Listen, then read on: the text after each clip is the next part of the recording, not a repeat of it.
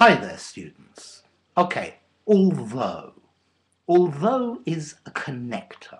It joins concepts. Okay, normally it joins a positive concept and a negative concept.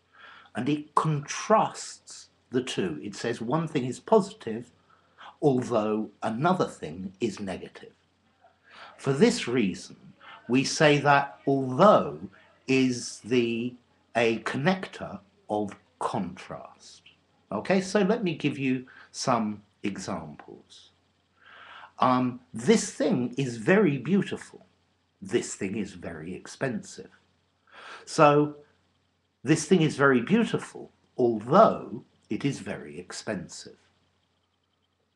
Okay, also we could put the although before the beautiful. Although this is beautiful, it is very expensive.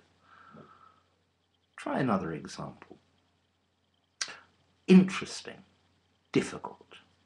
Although this is interesting, this is difficult. Or this is interesting, although it is difficult. Normally, however, I would prefer to use the although with the negative characteristic. Yeah? So you say positive characteristic, although negative characteristic. Notice as well, although can go in the middle between the two concepts or at the beginning. So although this is interesting, it is difficult. It is difficult, although it is interesting. Yeah? Let's try another example. Like hot food, chili, and bad for my stomach. So I like strong food, although it is bad for my stomach. Okay? So although is a connector of contrast. It shows one thing and then another that is different concepts or different characteristics of the same thing. Okay, it's balancing them.